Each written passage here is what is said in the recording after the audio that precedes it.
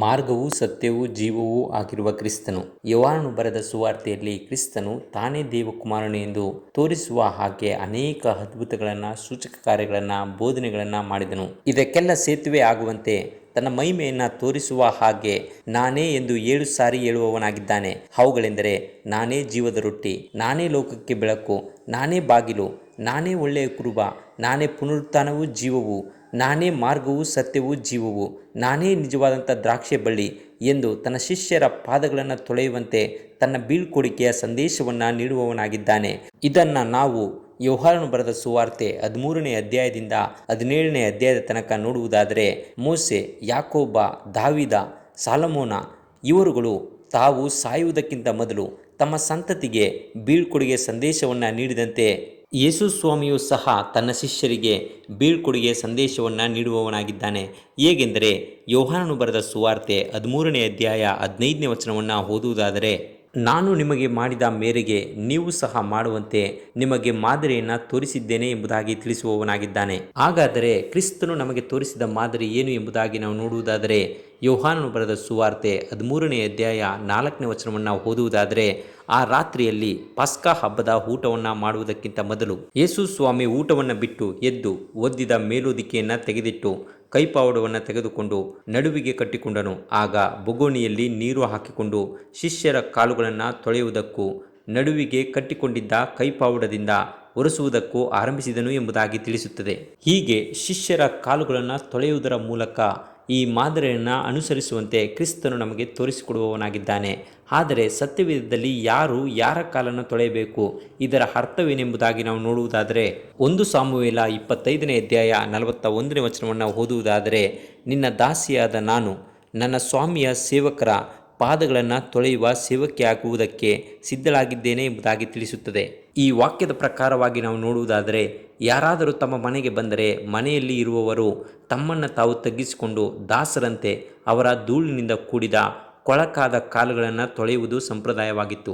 ಅದರಂತೆಯೇ ಪಸ್ಕ ಹಬ್ಬಕ್ಕೆ ಬಂದ ಕ್ರಿಸ್ತನ ಕಾಲುಗಳನ್ನು ಯಾರೂ ತೊಳೆಯದೇ ಇದ್ದ ಕಾರಣ ತಾನೇ ತನ್ನನ್ನು ತಾನು ತಗ್ಗಿಸಿಕೊಂಡು ಆಳಿನಂತೆ, ದಾಸನಂತೆ, ಸೇವಕನಂತೆ ಶಿಷ್ಯರ ಕಾಲುಗಳನ್ನು ತೊಳೆಯುವವನಾಗಿದ್ದಾನೆ. ಇದರ ಅರ್ಥವನ್ನು ತಿಳಿದುಕೊಳ್ಳದ ಪೇತ್ರನು ಯೋಹಾನನು ಬರೆದ ಸುವಾರ್ತೆ 13ನೇ ಅಧ್ಯಾಯ 8ನೇ ವಚನದಲ್ಲಿ ಈ ರೀತಿಯಾಗಿ ತಿಳಿಸುವವನಾಗಿದ್ದಾನೆ, ನೀನು ನನ್ನ ಕಾಲುಗಳನ್ನು ಎಂದಿಗೂ ತೊಳೆಯಬಾರದು ಎಂದು ಹೇಳಿದ್ದಕ್ಕೆ ಯೇಸು, ನಾನು ನಿನ್ನನ್ನು ತೊಳೆಯದಿದ್ದರೆ ನನ್ನ ಸಂಗಡ ನಿನಗೆ ಪಾಲಿಲ್ಲ ಎಂಬುದಾಗಿ ಹೇಳುವವನಾಗಿದ್ದಾನೆ. ಅನಂತರ ಯೋಹಾನನು ಬರೆದ ಸುವಾರ್ತೆ 13ನೇ ಅಧ್ಯಾಯ 13 ಮತ್ತು 14ನೇ ವಚನಗಳನ್ನು ಓದುವುದಾದರೆ, ನೀವು ನನ್ನನ್ನು ಗುರುವೆಂದು ಕರ್ತನೆಂದು ಕರೆಯುತ್ತೀರಿ.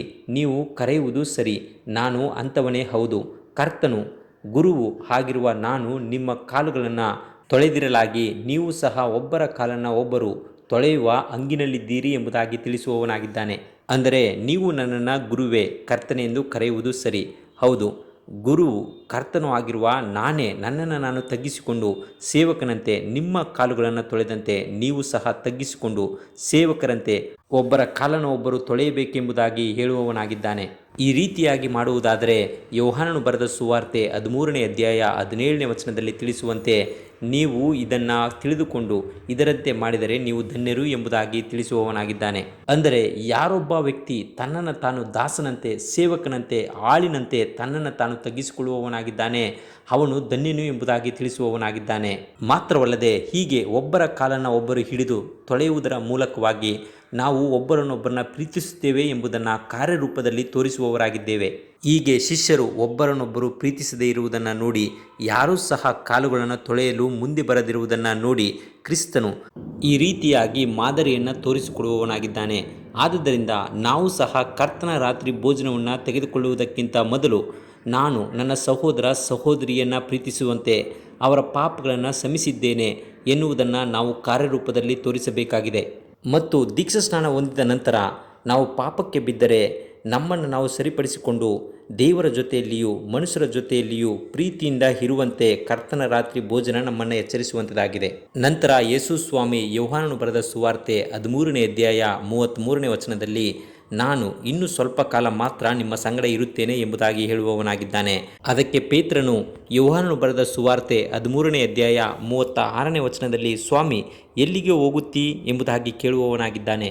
ಅದಕ್ಕೆ ಯೇಸು ತನ್ನ ತಂದೆ ತನಗೆ ನೇಮಿಸಿದ ಕಾರ್ಯವನ್ನು ಮುಗಿಸಿ ಮರಣ ಹೊಂದಿ ಮತ್ತೆ ತಂದೆ ಬಳಿಗೆ ಹೋಗುತ್ತೇನೆ ಎಂಬುದಾಗಿ ಯೋಹಾನನು ಬರೆದ ಸುವಾರ್ತೆ 13ನೇ ಅಧ್ಯಾಯ 3ನೇ ವಚನದಲ್ಲಿ ತಿಳಿಸಿದಾಗ ಶಿಷ್ಯರು ಹೃದಯದಲ್ಲಿ ತುಂಬ ಕಳವಳದಿಂದ ಇರುವುದನ್ನು ನೋಡಿ ಯೇಸು ಸ್ವಾಮಿ ಯೋಹಾನನು ಬರೆದ ಸುವಾರ್ತೆ 14ನೇ ಅಧ್ಯಾಯ 1ರಿಂದ 3 ತನಕ ಈ ರೀತಿಯಾಗಿ ತಿಳಿಸುವವನಾಗಿದ್ದಾನೆ.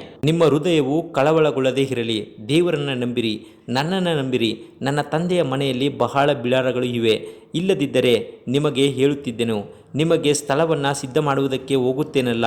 ನಾನು ಹೋಗಿ ನಿಮಗೆ ಸ್ಥಳವನ್ನು ಸಿದ್ಧ ಮಾಡಿದ ಮೇಲೆ ತಿರುಗಿ ಬಂದು ನಿಮ್ಮನ್ನು ಕರೆದುಕೊಂಡು ಹೋಗಿ ನನ್ನ ಬಳಿಗೆ ಸೇರಿಸಿಕೊಳ್ಳುವೆನು ಎಂಬುದಾಗಿ ತಿಳಿಸುವವನಾಗಿದ್ದಾನೆ. ಇಲ್ಲಿ ಯೇಸು ಸ್ವಾಮಿ ಶಿಷ್ಯರಿಗೆ ಮತ್ತೆ 2ನೇ ಸಾರಿ ಬರುತ್ತೇನೆ ಎನ್ನುವ ದೃಢತೆಯನ್ನು ನೀಡುವವನಾಗಿದ್ದಾನೆ. ಆದರೆ ತೋಮನು ಯೋಹಾನನು ಬರೆದ ಸುವಾರ್ತೆ 14ನೇ ಅಧ್ಯಾಯ 5ನೇ ವಚನದಲ್ಲಿ ಸ್ವಾಮಿ, ನೀನು ಎಲ್ಲಿಗೆ ಹೋಗುತ್ತೀಯೋ ನಮಗೆ ತಿಳಿಯದು ಎಂಬುದಾಗಿ ಹೇಳುವವನಾಗಿದ್ದಾನೆ. ಅದಕ್ಕೆ ಯೇಸು ಸ್ವಾಮಿ 6ನೇ ವಚನದಲ್ಲಿ ನಾನೇ ಮಾರ್ಗವೂ ಸತ್ಯವೂ ಜೀವವೂ ಆಗಿದ್ದೇನೆ, ನನ್ನ ಮೂಲಕ ಹೊರತು ಯಾರೂ ತಂದೆ ಬಳಿಗೆ ಬರುವುದಿಲ್ಲ ಎಂಬುದಾಗಿ ತಿಳಿಸುವವನಾಗಿದ್ದಾನೆ.